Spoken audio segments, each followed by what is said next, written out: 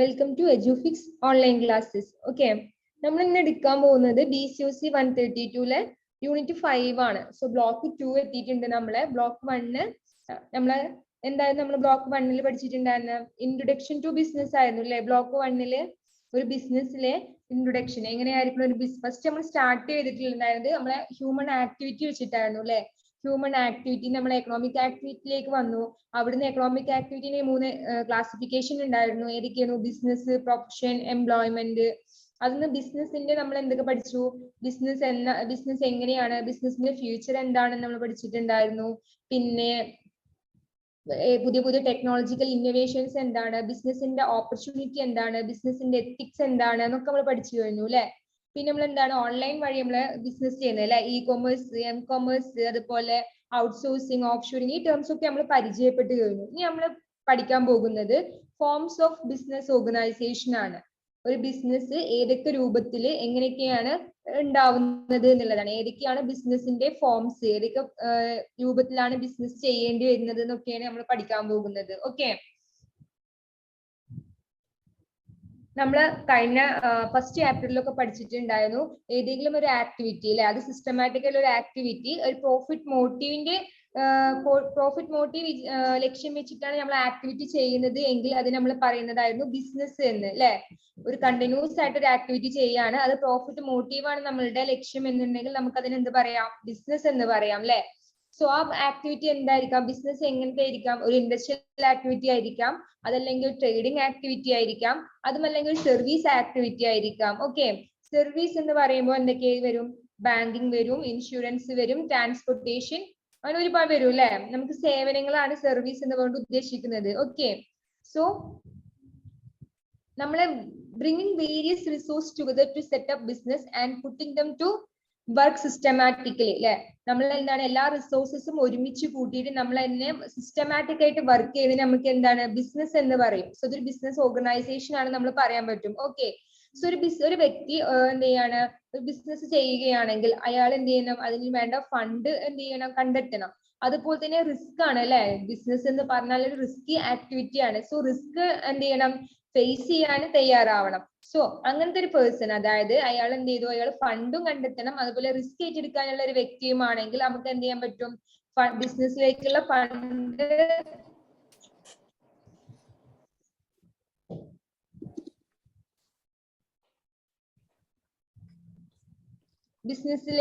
Fund നമ്മൾ എന്ത് ചെയ്യണം?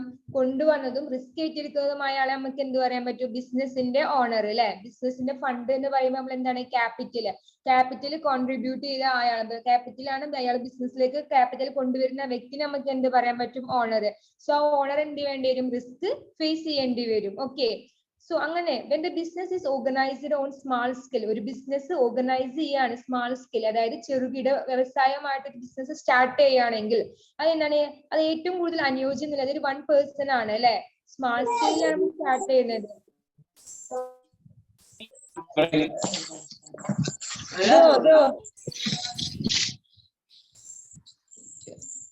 മുഫീദ ഒന്ന് ഓഫ് ചെയ്യോ?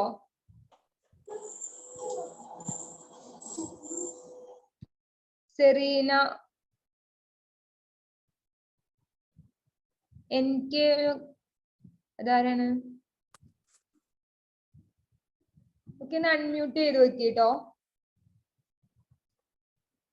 സോ നമുക്ക് സ്റ്റാർട്ട് ചെയ്യാം. നമ്മൾ പറഞ്ഞത് ഒരു സ്മാൾ സ്കെയിൽ ഒരു ബിസിനസ് സ്റ്റാർട്ട് ചെയ്യുകയാണെന്നുണ്ടെങ്കിൽ അതിന് എന്ത് ചെയ്യണം? ഒരുപാട് ക്യാപിറ്റൽ ഒന്നും വേണ്ട, അല്ലെങ്കിൽ ഒരുപാട് എക്സ്പെൻസ് ഒന്നും ആവശ്യമില്ല. അപ്പൊ നമുക്ക് എന്ത് ചെയ്യാം?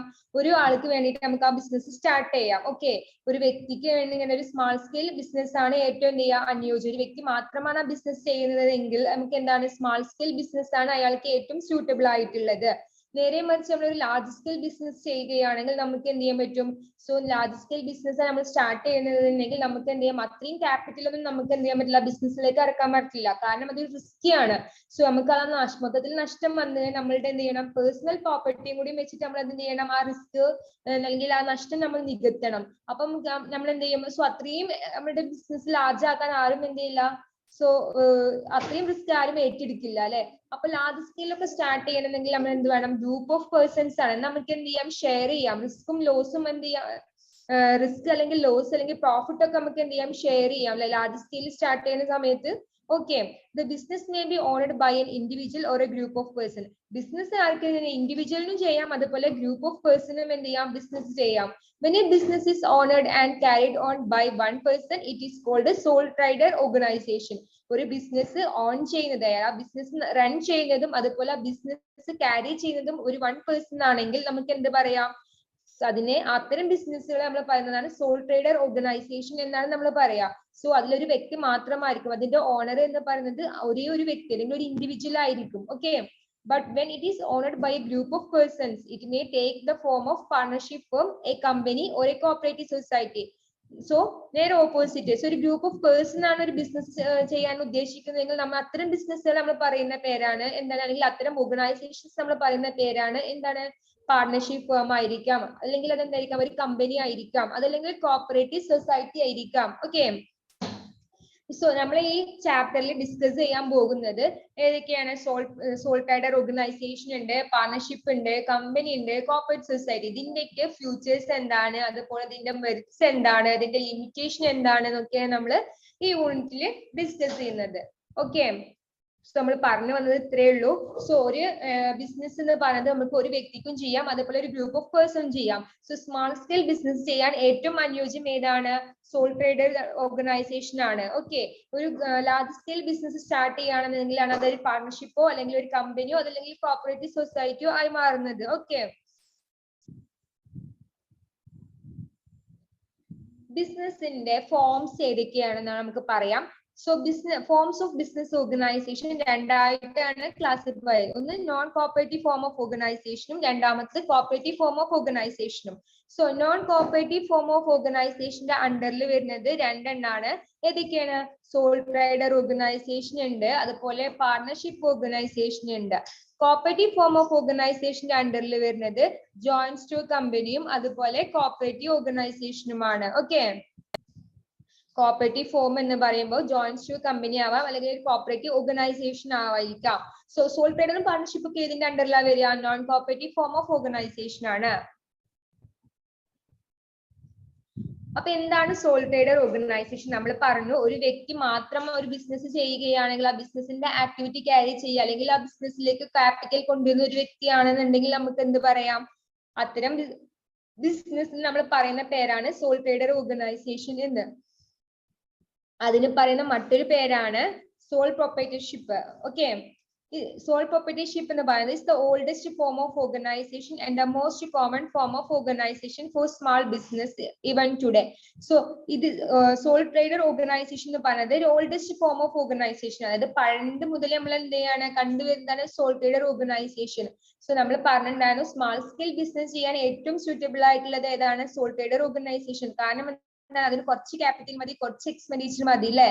ചെറുകിട വ്യവസായങ്ങളൊക്കെ സ്മാൾ സ്കെയിൽ ബിസിനസ് ചെറിയ രീതിയിൽ ബിസിനസ് ചെയ്യാം. ഓക്കെ, ഈ സോൾ ട്രേഡർ ഓർഗനൈസേഷൻ എന്ന് പറയുന്നത് simplest and easiest to form ആണ്. അത് പെട്ടെന്ന് നമുക്ക് ഫോം ചെയ്യാം, ഈസി ആയിട്ട് നമുക്ക് അത് ഫോം ചെയ്യാം, അതുപോലെ അതൊരു സിംപ്ലസ്റ്റ് ആയിട്ടുള്ള ഒരു ഓർഗനൈസേഷൻ ആണ്.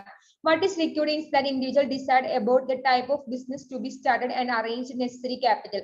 So അവിടെ ആരാണ്, ഈ സോൾ ട്രേഡർ ആണ് ഡിസൈഡ് ചെയ്യുന്നത് ഞാൻ ഏത് തരത്തിലുള്ള ബിസിനസ് ആണ് സ്റ്റാർട്ട് ചെയ്യുന്നത്, എവിടെ നിന്നൊക്കെയാണ് ക്യാപിറ്റൽ കൊണ്ടുവരേണ്ടത് എന്നുള്ളത്. ഓക്കെ, സോ അയാളുടെ ക്യാപിറ്റൽ മൊബിലൈസ്ഡ് എങ്ങനെയായിരിക്കാം, അയാൾ ക്യാപിറ്റൽ കോൺട്രിബ്യൂട്ട് ചെയ്യുന്നത് എങ്ങനെയായിരിക്കാം, ഒന്നല്ലെങ്കിൽ അയാളുടെ പേഴ്സണൽ ആയിട്ട് വരുന്ന സേവിങ്സ് എന്നായിരിക്കാം, അതുമല്ലെങ്കിൽ അയാൾ എന്തായിരിക്കാം ഫ്രണ്ട്സിന്റെ അടുത്തോ റിലേറ്റീവ്സിന്റെ അടുത്തോ ബോറോ ചെയ്തത് ഫണ്ട് ആയിരിക്കാം അയാൾ എന്ത് ഉപയോഗിക്കുന്നത്, ക്യാപിറ്റൽ ആയിട്ട് ഉപയോഗിക്കുന്നത്. Okay, the business may be carried either in portion of his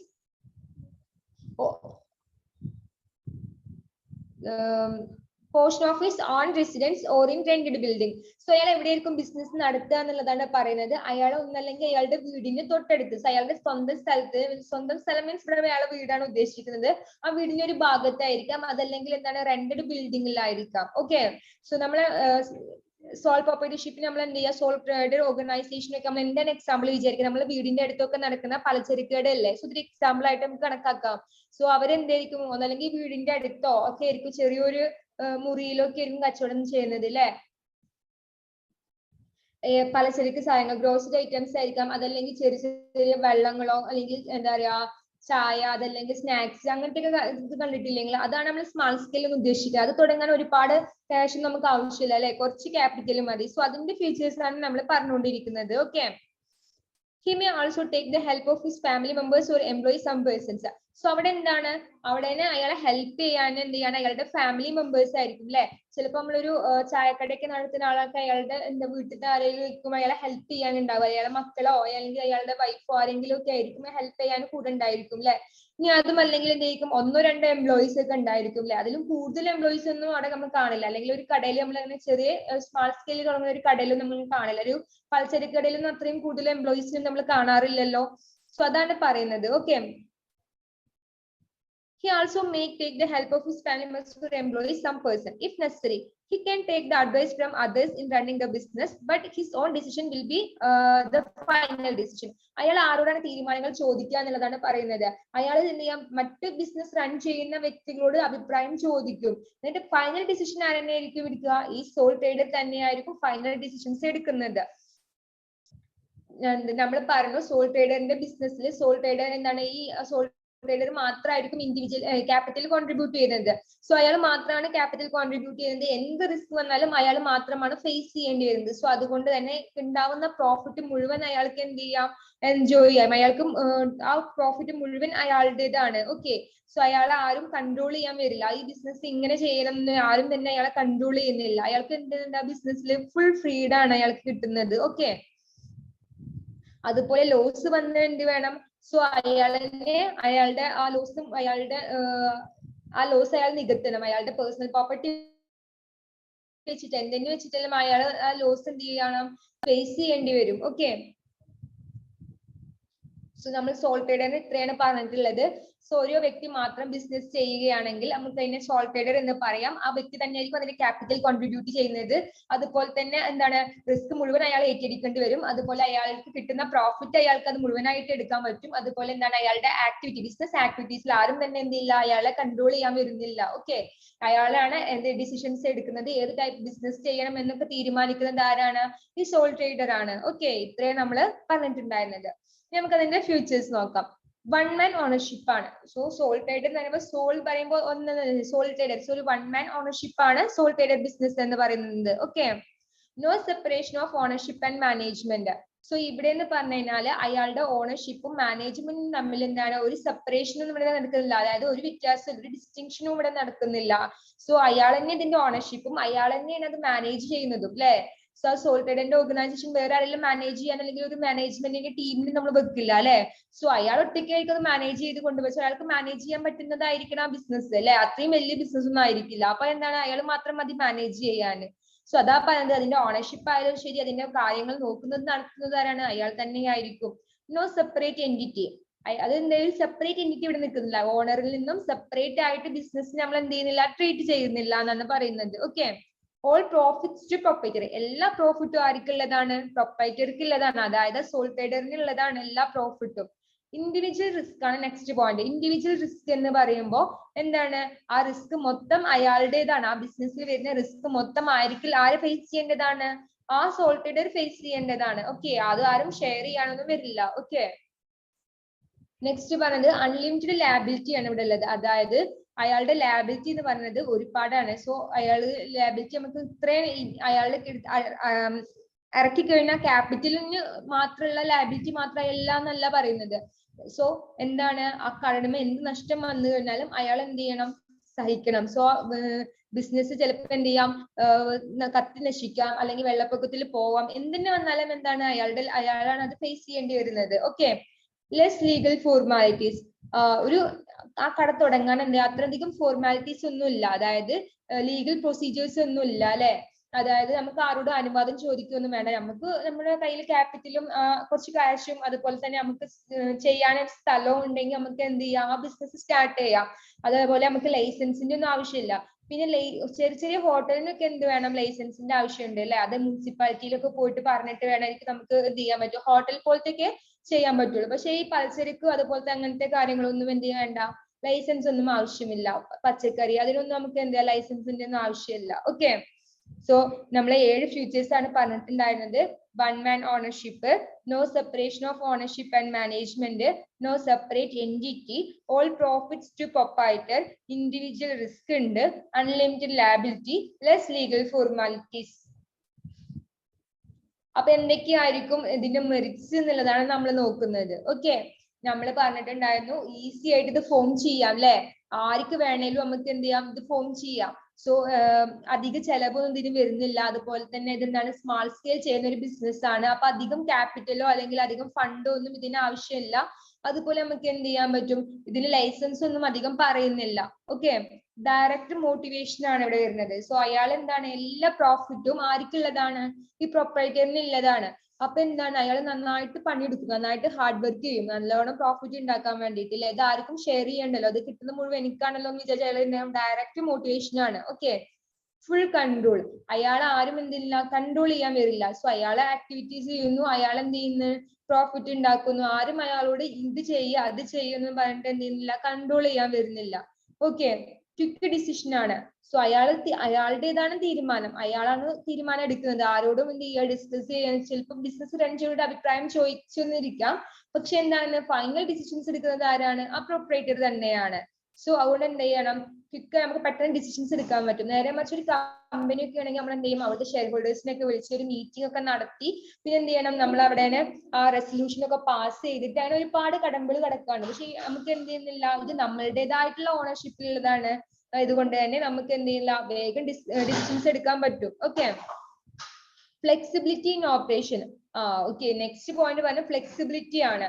അതായത് എന്താണ്, നമ്മളുടെ കാര്യങ്ങളൊക്കെ ഫ്ലെക്സിബിൾ ആയിട്ട് നമുക്ക് എന്ത് ചെയ്യാൻ പറ്റും, മുന്നോട്ട് കൊണ്ടുപോകാൻ പറ്റും. നമ്മുടെ ബിസിനസിന്റെ ആക്ടിവിറ്റീസ് ഒക്കെ എന്താണ്, നമുക്ക് മുന്നോട്ട് കൊണ്ടുപോകാൻ പറ്റും.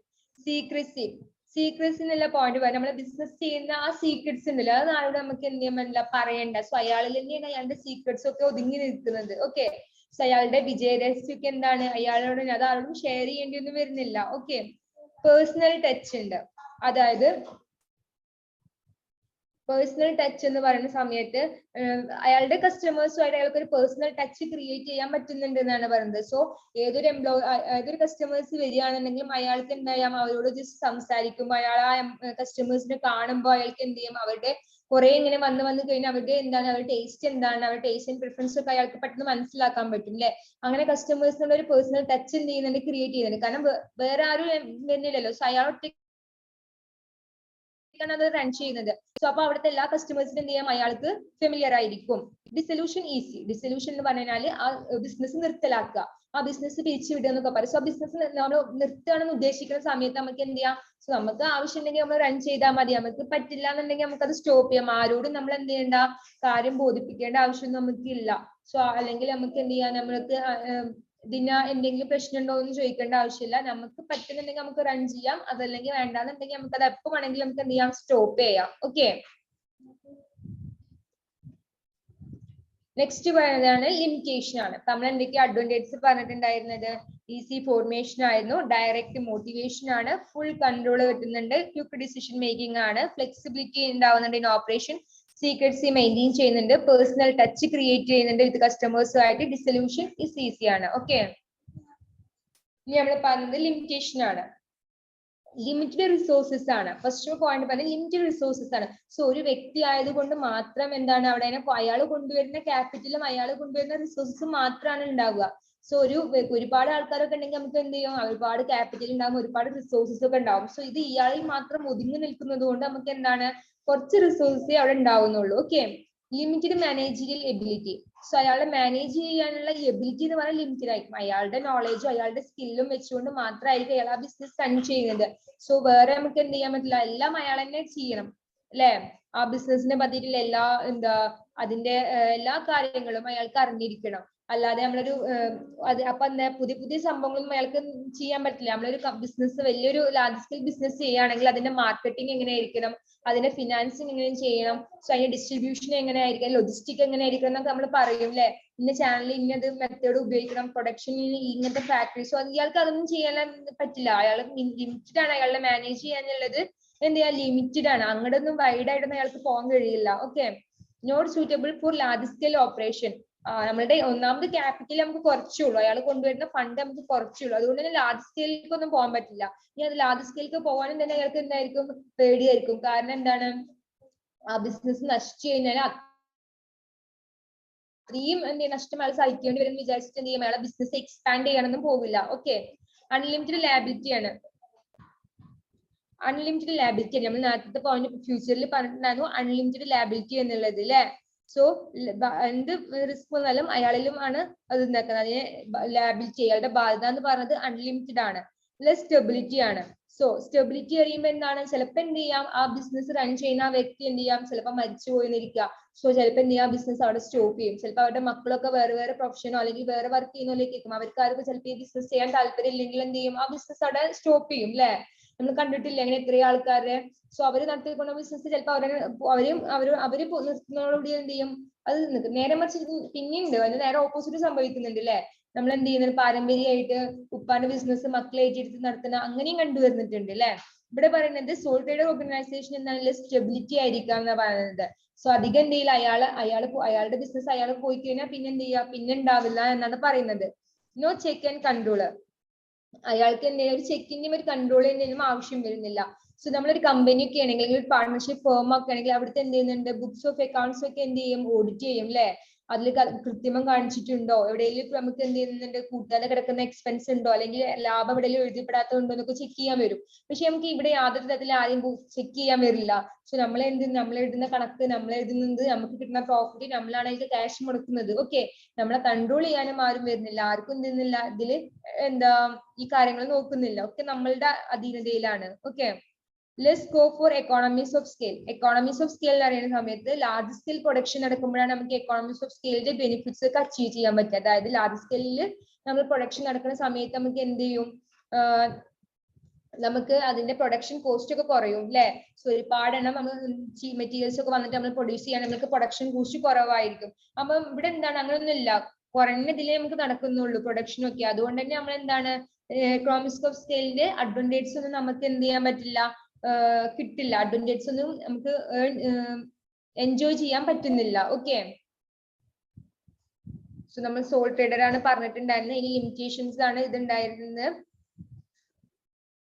ലിമിറ്റഡ് റിസോഴ്സസ് ആണ്, limited managerial ability, not suitable for large scale operation, unlimited liability, less stability, no check and control, less economies of scale. Okay, ഇനി നമുക്ക് പറയുന്നത് പാർട്ണർഷിപ്പ് ഫോം ഓഫ് ഓർഗനൈസേഷൻ ആണ്. എന്താണ് പാർട്ണർഷിപ്പ് എന്നുള്ളതാണ് നമ്മൾ പറയാൻ പോകുന്നത്. രണ്ടാമത്തെ ഫോമാണ് നമ്മൾ പറയുന്നത്. ഫസ്റ്റ് ഫോം നമ്മൾ ഡിസ്കസ് ചെയ്തു കഴിഞ്ഞു, സോൾ ട്രേഡർ ആയിരുന്നു. രണ്ടാമത്തെ പാർട്ണർഷിപ്പ് ആണ്. Okay, you have learned that the sole trader organization have limited financial resources, limited managerial ability and skills. നമ്മൾ പറഞ്ഞിട്ടുണ്ടായിരുന്നു സോൾ ട്രേഡർക്ക് എന്തിന്റെയൊക്കെ എന്തായാലും ലിമിറ്റേഷൻ ഉണ്ട്. ഫിനാൻഷ്യൽ റിസോഴ്സസ് കുറവായിരിക്കും, അയാൾ കൊണ്ടുവരുന്ന ഫണ്ട് അല്ലെ അതൊരു ലിമിറ്റഡ് ആയിരിക്കും. അതുപോലെ മാനേജ് ചെയ്യാനുള്ള എബിലിറ്റിയും അയാളിൽ മാത്രം ഒതുങ്ങുന്നതുകൊണ്ട് ലിമിറ്റഡ് ആണ്. ഓക്കെ, സ്കിൽസ് ആയിക്കോട്ടെ, അൺലിമിറ്റഡ് ലാബിലിറ്റി തന്നെ അയാൾ എന്ത് ചെയ്യണം, ഫേസ് ചെയ്യേണ്ടി വരും. ഇങ്ങനത്തെ സമയത്ത് ഇത്രയും ഇതിന്റെ ലിമിറ്റേഷൻസ് ഓവർകം ചെയ്യാൻ വേണ്ടിയിട്ടാണ് നമ്മൾ എന്ത് ചെയ്യുന്നുണ്ട്, പാർട്ണർഷിപ്പ് ഫോം ചെയ്തിട്ടുള്ളത്. ഓക്കെ,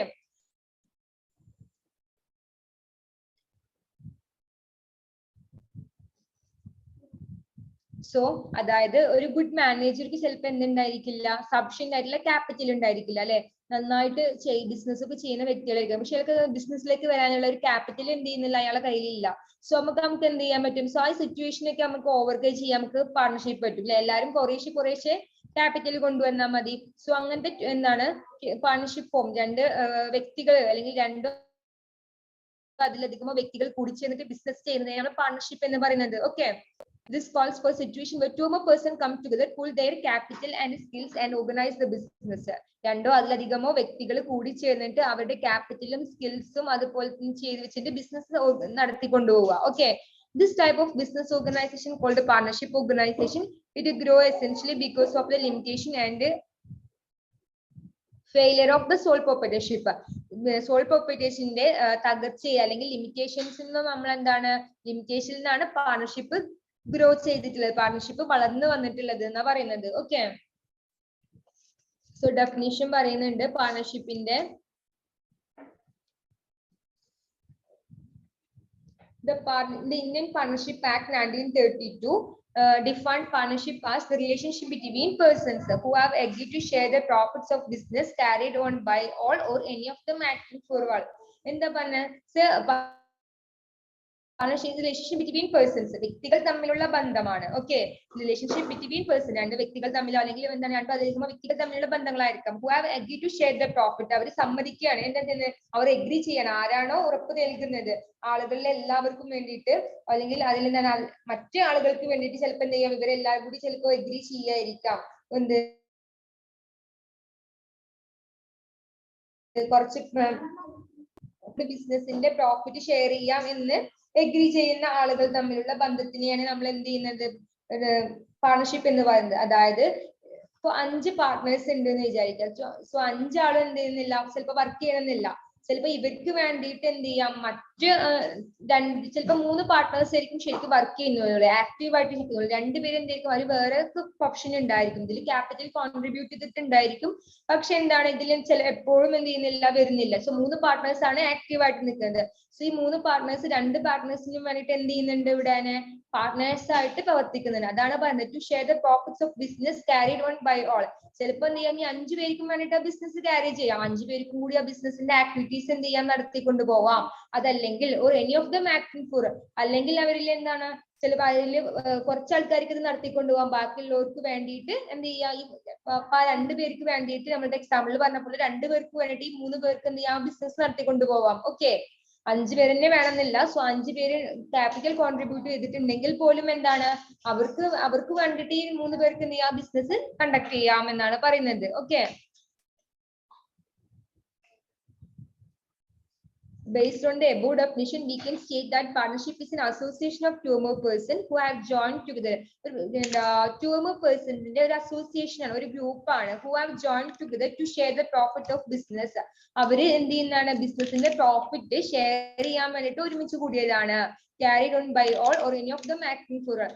ക്യാരി ചെയ്യാം, എല്ലാവർക്കും കൂടി ബിസിനസ് ക്യാരി ചെയ്യാം, അല്ലെങ്കിൽ any of them acting for all, അവർക്ക് വേണ്ടിയിട്ട് മറ്റൊരാൾക്ക് എന്ത് ചെയ്യാം, പാർട്ട്നേഴ്സ് ആയിട്ട് വരാം എന്നാണ് പറയുന്നത്. സോ അവർക്ക് വേണ്ടി മറ്റുള്ളവർക്ക് വേണ്ടി ഇവർക്കും എന്ത് ചെയ്യാം, ബിസിനസ് ചെയ്യാം എന്നാണ് പറയുന്നത്. ഓക്കെ,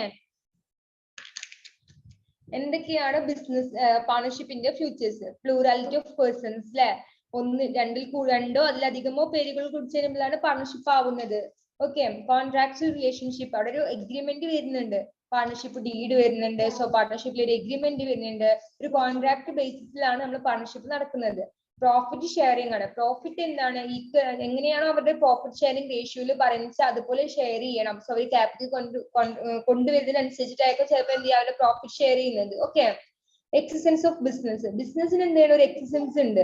അതായത് എന്ത് ചെയ്യാ, ഈ പാർട്ട്നേഴ്സ് എന്ത് ചെയ്യില്ല, ഒരാൾ മരണപ്പെട്ടു എന്ന് വിചാരിച്ചിട്ട് നമുക്ക് ആ ബിസിനസ് പാർട്ണർഷിപ്പ് എന്ത് ചെയ്യില്ല, പൂട്ടി പോവില്ല അല്ലെങ്കിൽ അടക്കില്ല. സോ ബിസിനസ് എന്ത് ചെയ്യും, ക്യാരി ചെയ്യും, ആ ബിസിനസ് എന്ത് ചെയ്യും, എന്നും നിലനിൽക്കുന്നതായിരിക്കും. ഓക്കെ, സോൾട്രേഡറിന്റെ പോലെ അയാളില്ല എന്ന് വിചാരിച്ചാൽ അയാളുടെ ബിസിനസ് എന്ത് ചെയ്യുന്നില്ല, സ്റ്റോപ്പ് ആവുന്നില്ല. ഓക്കെ, പ്രിൻസിപ്പൽ ഏജന്റ് റിലേഷൻഷിപ്പ്, ഇതാണ് നമ്മൾ carried by all or acting by all എന്ന് പറഞ്ഞില്ലേ, ദം ആക്ടിങ് ഫോർ ആണ്.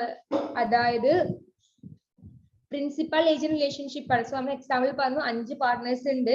സോ അതിൽ 2 പേര് എന്താണ് ഇതിൽ ക്യാപിറ്റൽ കോൺട്രിബ്യൂട്ട് ഒക്കെ ചെയ്തിട്ടുണ്ട്, പാർട്ട്നേഴ്സും ആണ്, പക്ഷെ അവർ വേറെയും വർക്ക് ചെയ്യുന്നുണ്ട്, ഇതിൽ ആക്റ്റീവ് ആയിട്ട് നിൽക്കുന്നില്ല. 3 പാർട്ട്നേഴ്സ് ഇവിടെ ആക്റ്റീവ് ആയിട്ട് നിൽക്കുന്നുണ്ട്, അല്ലെ.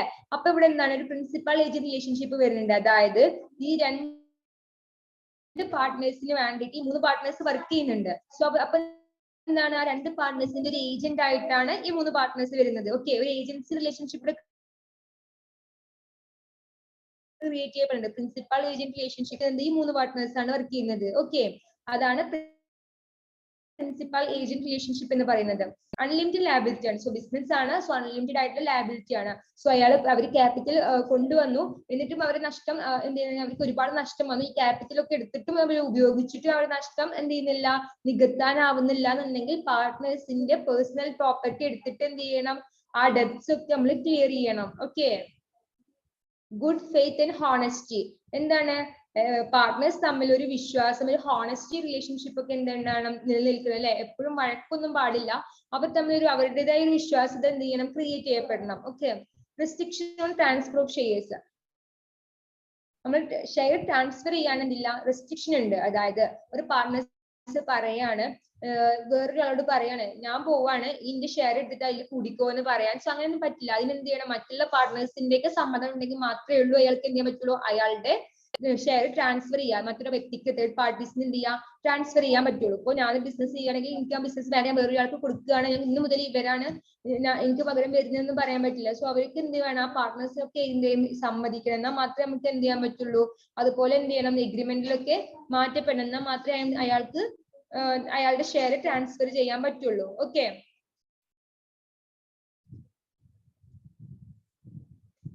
ക്ലാസിഫിക്കേഷൻ ഓഫ് പാർട്ട്നേഴ്സ് ആണ് നെക്സ്റ്റ് പറയാനുള്ളത്. നമുക്ക് പാർട്ട്നേഴ്സ് ഉണ്ട് based on extent of participation. പാർട്ടിസിപ്പേഷന്റെ അടിസ്ഥാനത്തിൽ നമുക്ക് പാർട്ട്നേഴ്സിനെ എത്രയായി തരംതിരിക്കാം, രണ്ടായി തരംതിരിക്കാം. ആക്റ്റീവ് പാർട്ട്ണറും അതുപോലെ സ്ലീപ്പിംഗ് പാർട്ട്ണർ എന്ന് പറയാം.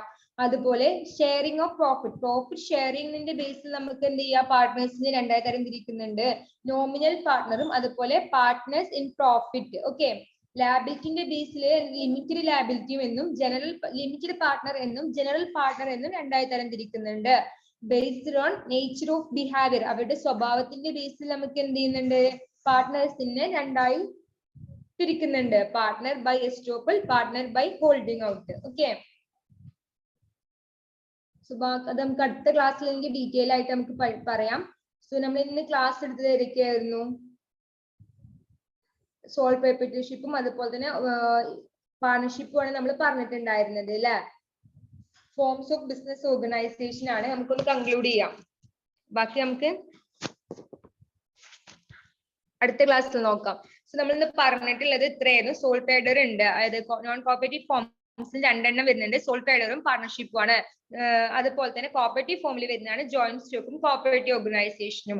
സോ സോൾ ട്രേഡർ എന്ന് പറഞ്ഞു കഴിഞ്ഞാൽ ഒരു വ്യക്തി മാത്രം നടത്തുന്ന ബിസിനസ് നമ്മൾ സോൾ ട്രേഡർ എന്ന് പറയുന്നു. അയാൾ എന്ത് ചെയ്യണം, ആ റിസ്ക് മൊത്തം ഏറ്റെടുക്കേണ്ടി വരും. ക്യാപിറ്റൽ കോൺട്രിബ്യൂട്ട് ചെയ്യുന്നത് അയാൾ മാത്രമായിരിക്കും. അയാളെ കൺട്രോൾ ചെയ്യാൻ ആരും വരുന്നില്ല. അതുപോലെ തന്നെ എന്താണ്, അയാൾക്ക് പ്രോഫിറ്റ് മുഴുവൻ എൻജോയ് ചെയ്യാൻ പറ്റുന്നുണ്ട്. ഓക്കെ, ഇത്രയും നമ്മൾ അതിൽ പറഞ്ഞിട്ടുണ്ടായിരുന്നത്. പിന്നെന്താണ്, അൺലിമിറ്റഡ് ലാബിലിറ്റി വരുന്നുണ്ട്, ഫോം ചെയ്യാൻ ഈസി ആണ്. ഓക്കെ, പാർട്ണർഷിപ്പിലേക്ക് വരുന്ന സമയത്ത് എന്താ നമ്മൾ പറഞ്ഞിട്ടുണ്ടായിരുന്നത്, ഗ്രൂപ്പ് ഓഫ് പേഴ്സൺ ആണ്, 2 or more പേഴ്സൺ ആണ് നമ്മൾ എന്ത് ചെയ്യുന്നത്, പാർട്ണർഷിപ്പ് ഫോം ചെയ്യുന്നത്.